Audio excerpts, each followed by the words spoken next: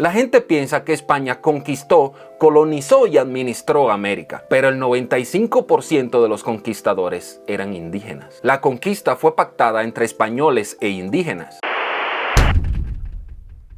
Hola, ¿qué tal? Mi nombre es Aguar Turicián, bienvenidos una vez más a este videoblog. El descubrimiento de Europa es un libro de Esteban Mira Caballos. No es que Mira Caballos, esos son sus apellidos. Es un libro que ha causado mucho alboroto a nivel internacional, entre escritores, historiadores y de la gente común como tú y yo. ¿Y por qué ha causado tanto alboroto? Se preguntarán ustedes. Pues adivinen qué. El escritor e historiador Esteban Mira Caballos pasó más de 3 décadas estudiando como que otra parte de la historia que muchos de nosotros desconocíamos. Una especie de historia a la inversa. Una parte de la historia poco conocida por nosotros, de los primeros indígenas que llegaron a Europa desde 1493. Este señor no es cualquier loco, por si se lo andan preguntando. El autor del libro es un historiador, escritor y profesor español especializado en el descubrimiento y la conquista de América. El libro cuenta con cosas sorprendentes como los beneficios que reclamaron las élites indígenas a la corona española por haber participado en la conquista. Aquí en México esa historia se conoce bastante bien, porque se incluye en los libros, quiero pensar,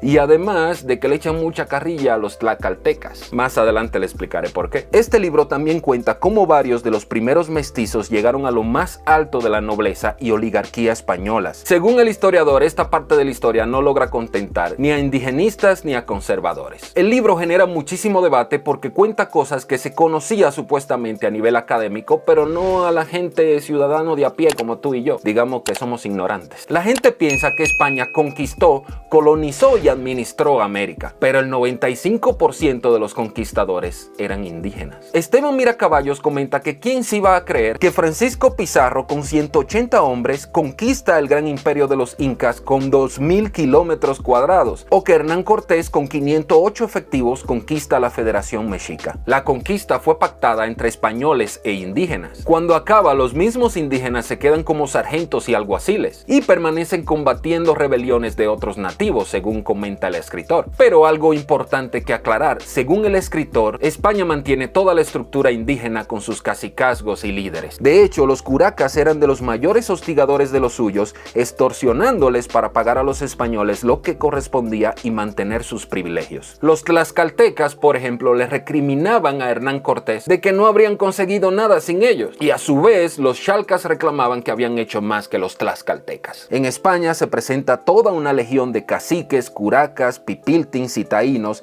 reivindicando que fueron conquistadores y administradores, pidiendo privilegios, prebendas, tierras, subtierras y títulos mobiliarios. Y lo conseguían. Se llamaban a sí mismos tan conquistadores como Hernán Cortés. Actualmente hay nobles españoles que son descendientes directos de Guayana Capac o del Tlatoani Moctezuma Xocoyotzin. Se me complica, pero lo logré.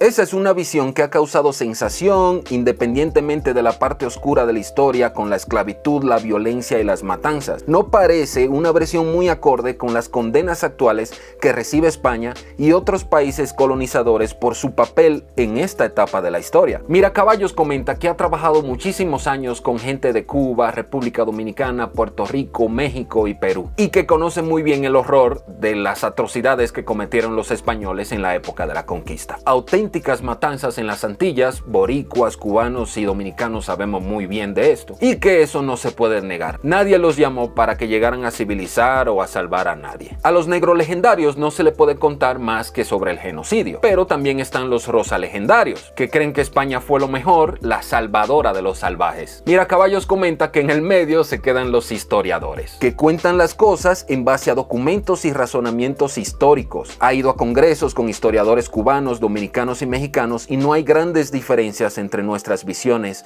más allá de matices. Había eurocentrismo y desde el viejo continente se consideraba a las civilizaciones indígenas como bárbaras, pero tampoco se le puede pedir que tuvieran el razonamiento y pensaran como un miembro de la ONU del siglo XXI. Ni siquiera el padre Bartolomé de las Casas, fiel defensor del trato a los indígenas, se planteó la posibilidad de que estos pudieran vivir en su idolatría y fuera del evangelio. De las Casas lo que plantea es que la evangelización debe ser por medios pacíficos y en eso hay que reconocerle que fue el primero. España descubrió América el 12 de octubre de 1492 y pocos meses después ya estaban llegando americanos a descubrir Europa. Siempre hemos tenido la idea de que el flujo fue unidireccional cuando fue bidireccional desde el primer momento. Desde 1493 comienza el flujo de americano trayendo la cultura, trayendo sus conocimientos y también sus enfermedades. Que por la sangre española corra sangre indígena causa aberración entre los conservadores. La visión de los indígenas sobre Europa variaba dependiendo desde dónde vinieran. Si un indígena, por ejemplo, venía de Tenochtitlan, poco se impactaba porque ustedes saben la grandeza de esa ciudad. Esta ciudad, por ejemplo, le doblaba el tamaño a Sevilla. ¿De qué se iban a sorprender? Pero en cambio, si un indígena venía de la zona selvática de Florida o del Ecuador, se le encontraba un mundo fascinante. Lo que sí le sorprendía bastante es que hubiera tanto infanticidio y pobreza en las calles. Más que impresionarse por los grandes edificios, les llamaba la atención la extrema pobreza. Ellos venían de sociedades humildes y sencillas, pero mucho más redistributivas.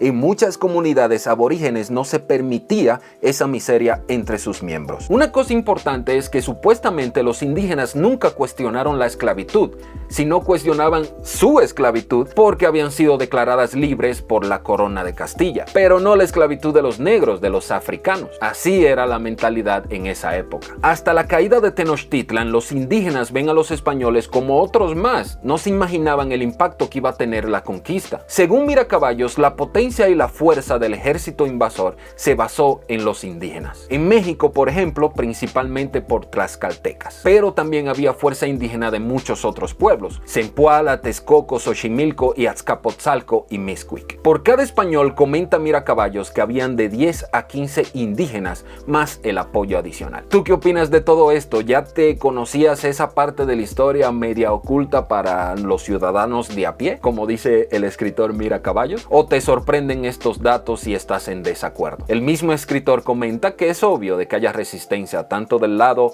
español por las descendencias indígenas que existen actualmente, como del lado indígena cuando se le comenta que ellos formaron parte de la conquista. Recuerda compartirlo con tus amigos por si alguien de ellos no lo sabía se entere, y darle like. Es la forma más económica, sencilla y práctica de ayudar que crezca el canal. Recuerda que si ves los videos y no estás suscrito es como piratería y ustedes no quieren ser piratas, ¿verdad que no? Así que compártelo, dale like si te gustó y sin más, nos vemos en la próxima.